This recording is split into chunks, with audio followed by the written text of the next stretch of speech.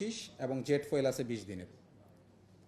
আমাদের নর্মাল যে মজুদ থাকে তার চেয়ে এটা অনেক বেশি, এবং আমরা এটাকে চেষ্টা করছি ধীরে ধীরে 1.5 মাস, 60 দিন এবং এক পর্যায়ে যাতে এটাকে 90 দিনে উন্নীত করা যায় সেই চেষ্টা করা আমাদের অব্যাহত আছে। আর আমাদের পাইপলাইনে যেটা সাপ্লাই চেইন আমি বলছি যে জুলাই মাসের আগামী দিনগুলোতেও পর্যাপ্ত পরিমাণ আমি যদি হিসাব করে বলি, আমাদের 1,80,000 মেট্রিক টন আমাদের 31 জুলাইয়ের মধ্যে আরও ডিজেল আসবে, এবং অগাস্টে আমাদের ডিজেল আসবে 2,40,000 মেট্রিক টন।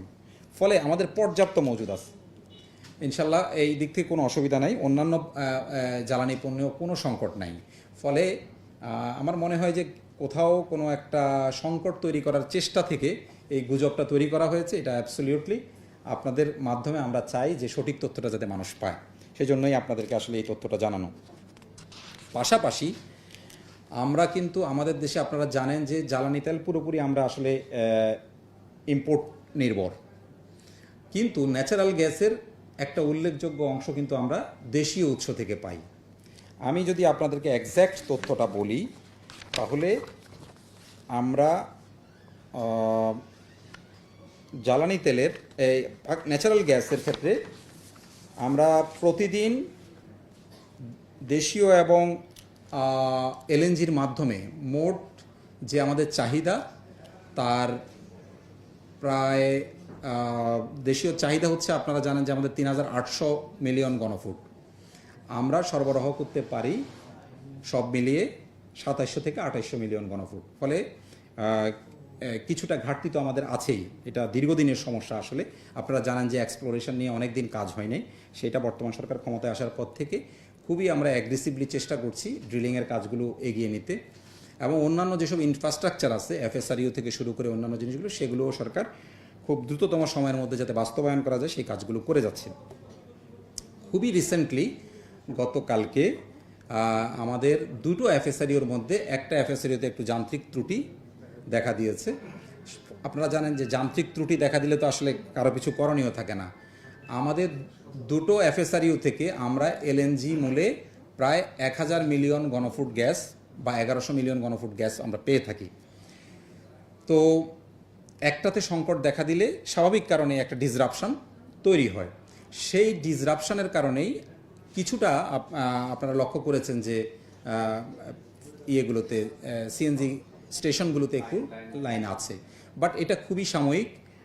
আমাদের মেরামতের কাজ চলছে, আশা করছি যে ইনশাল্লাহ আমরা 2-3 দিনের মধ্যে এটা সমাধান হয়ে যাবে। এই হচ্ছে আমার দিক থেকে আপনাদেরকে জানানো। আপনাদের যদি কোনো প্রশ্ন থাকে আমি আপনাদের প্রশ্নের উত্তর দিতে পারি। আচ্ছা আচ্ছা আচ্ছা,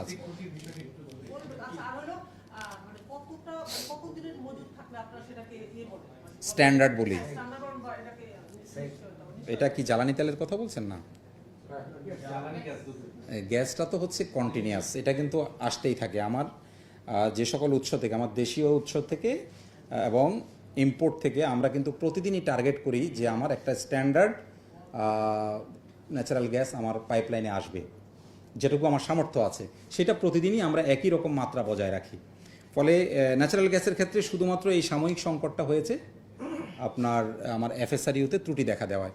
সেটা আশা করছি আমরা যে ইনশাল্লাহ খুব অল্প সময়ের মধ্যে আমরা মেরামত কার্য সম্পাদন করে আবার আমরা আগের অবস্থায় ফিরে আসতে পারবো। এটা স্থায়ী সমাধানই হবে, মানে যে ত্রুটিটা, হ্যাঁ, এটা থাকবে না, এটা থাকবে না, এটা থাকবে না। এটা খুবই সাময়িক সংকট, খুবই এটা হচ্ছে আমি বলছি এটা সিএনজি স্টেশনে, বাট ফিলিং স্টেশনে এই সংকট থাকার কোনো কারণ নেই।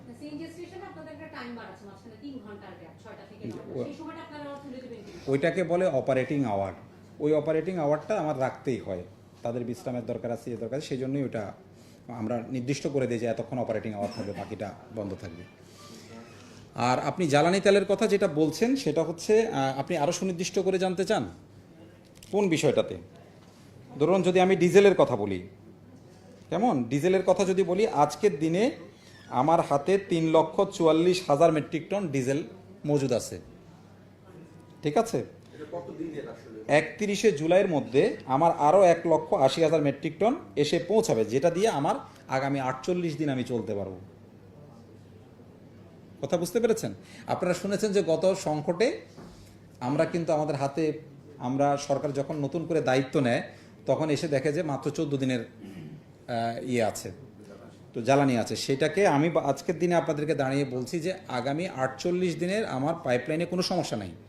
তারপরেও আমার অগাস্ট মাসের পুরো আমার যে জ্বালানিগুলো ইম্পোর্ট করার কথা সব আমার ঠিকঠাক আছে, কোথাও কোনো ডিসরাপশন নাই। ফলে জ্বালানি তেল নিয়ে কোনো সংকট নেই। এই হচ্ছে আমার দিক থেকে আপনাদেরকে ইয়ে করা। আর ন্যাচারাল গ্যাসের কথা আমি বললাম, এটা খুবই সাময়িক সংকট। এই সংকট থেকে আমরা দ্রুততম সময়ের মধ্যে ইনশাল্লাহ আশা করছি যে আমরা বেরিয়ে আসতে পারবো। প্রশ্ন সেটা হচ্ছে যে যখন ইরান যুদ্ধটা খুব বেশি বেড়েছিল তখন একটা অনেক বড় ক্রাইসিস ছিল, আপনারা সেই ক্রাইসিসটা পার করতে পেরেছেন। এখন সেই ক্রাইসিস থেকে আসলে জ্বালানি মন্ত্রণালয় কি শিক্ষা নিয়েছে? আর মূলত আমরা জানি যে সবকিছু আসলে স্বাভাবিক ছিল, এখন হঠাৎ করে আপনি এই ব্রিফিংটা কেন, এই ব্রিফিং এর মূল মেসেজটা আসলে কি দিতে চান? আচ্ছা, আমি শুরুতেই বলেছি যে আমরা আজকে আমাদের দৃষ্টিতে এসেছে যে দু একটা মিডিয়ায় আমরা লক্ষ্য করেছি জ্বালানি সংকটের কথা বলা হয়েছে। ফলে এই শব্দগুলো সাধারণ মানুষকে এক ধরনের আতঙ্কিত করে। আমরা মনে করি যে সাংবাদিক ভাইদের কাছে সঠিক তথ্য উপস্থাপন করলে সাধারণ মানুষ নিশ্চয়তা পায় যে আসলে কোনো সংকট নেই। এই কথাটা বলার জন্যই আপনাদের সামনে আসা, নাথিং মোর। এপ্রিল মাসে সরকার একটা সিদ্ধান্ত নিয়ে অফিসের সময় কমিয়েছিল। জি জি জি। সংকট যেহেতু নেই, আপনারা আগের সময় ফিরে যাবেন কিনা সেরকম পরিকল্পনা আছে? আচ্ছা, এটা একটা পলিসি ডিসিশন। আমার মনে হয় হয়তো ক্যাবিনেটের পর্যায়ে এটা আপনারা যখন মিটিং হয় তখন জিজ্ঞেস করলে এই উত্তরটা আপনারা পাবেন। আবার তো যুদ্ধ আমরা দেখছি একদম, সেই ক্ষেত্রে কোনো সংকট তৈরি হচ্ছে কিনা আপনাদের? আসলে যুদ্ধের উপরে আমাদের কারো কোনো হাত নাই। আমরা লক্ষ্য করছি যে আমরা শুধু কেবল এটার ভিকটিমই হতে পারি, এর উপরে আমাদের কোনো কন্ট্রোল নাই। তা আমরা শুধু বিশ্ব বিবেকের কাছে প্রত্যাশা করতে পারি যে তারা এটা থেকে বেরিয়ে আসবেন। এটার ফলে আপনার প্রভাব পড়ছে? আর যে প্রভাবের কথা আপনি বলছেন, ইয়েস, মূলত আমি আপনাদেরকে আগেও বলেছি যে আমাদের জ্বালানি তেলটা আমরা ইম্পোর্ট করে থাকি এই নিয়ার ইস্ট এবং ফার ইস্টের কান্ট্রিগুলো থেকে। আমরা কিন্তু ঠিক মিডল ইস্ট থেকে কোনো জ্বালানি ইম্পোর্ট করি না, একমাত্র ক্রুড অয়েল করি। তো ক্রুড অয়েলেরও একটা বিকল্প আমাদের ভাবনায় আছে, আমরা সেটাও হয়তো এই আগের মতো আর ওই সমস্যা আমরা ফেস করব না। ফলে না, মানে বিকল্প বলতে আপনারা জানেন বোধহয় আমরা কিন্তু রেড সি দিয়ে আগে নিয়ে আসতাম। যখন হরমুজ প্রণালী বন্ধ হয়ে গেল আমরা রেড সি একটু ঘুরে আনতাম, আমাদের একটু কস্ট বেশি পড়তো, রেড সি দিয়ে আমরা আনতাম। যদি কোনো কারণে রেড সিও বন্ধ হয়ে যায় সেটার একটা বিকল্প আমরা চিন্তা করছি যে কিভাবে এই উপায়টা বের করা যায়। তো আশা করছি যে ইনশাল্লাহ আমাদের পরিকল্পনায় আছে। আমাদের সংকট আপাতত আমরা নিকট ভবিষ্যতে কোনো সংকট নাই। এখন আমি একই কথা আবার রিপিট করছি যে আসলে বিশ্ব যুদ্ধ পরিস্থিতির উপরে আমাদের খুব বেশি কিছু হাত নাই। যদি এটা সবার শুভবুদ্ধির উদয় হয় তাহলেই কেবল আমরা সবাই ভালো থাকবো, এটুকু বলতে পারি। 2,40,000 মেট্রিক টন। জি জি। না, সেটা এখন তো রওনা দেবে না।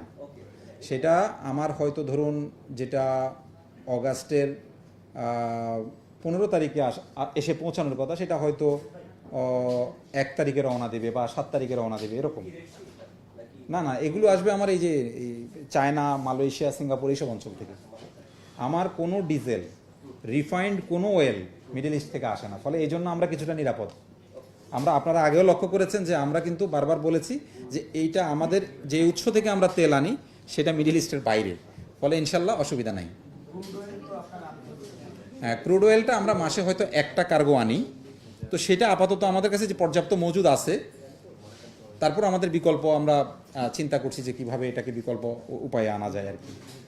মনির ভাই, একটা জিনিস দেখলাম, গত ওই যে জ্বালানির যে সংকট শুরু হলো, দীর্ঘ লাইন, যখনই কি সরকার থেকে বললো যে সংকট নেই, তখনই কিন্তু সংকট শুরু হলো। এই একটা কিন্তু মানুষের মনে কিন্তু একটা ট্রেনিং শুরু হয়েছে।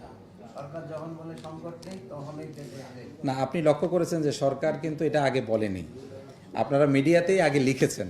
ফলে এটা ক্লিয়ার করার জন্যই আমরা বলছি যে দুই একটা মিডিয়াতে বলাতে আমরা মনে করছি অধিকাংশ মিডিয়াই কিন্তু অত্যন্ত সচেতনভাবে লিখেছে আজকে যে গুজবে কান দিয়ে অনেকের মধ্যে প্যানিক তৈরি হচ্ছে। এটা কিন্তু অধিকাংশ মিডিয়ার আমি হেডলাইন দেখেছি। তো ফলে আমি মনে করি যে এটাই আসলে সত্য, এবং আপনারা যদি এভাবে একটু লিখেন তাহলেই আমরা সুন্দরভাবে আমাদের সময়টা অতিক্রম করতে পারি। Thank you very much. আসসালামু আলাইকুম। আমি একটু একটা প্রেস বিজ্ঞপ্তি দিয়ে একটা কাজ করব। এইটা আচ্ছা ছবি তোলে। আমি পিআরও সাহেবকে বলতেছি গ্রুপে দিয়ে দিতে।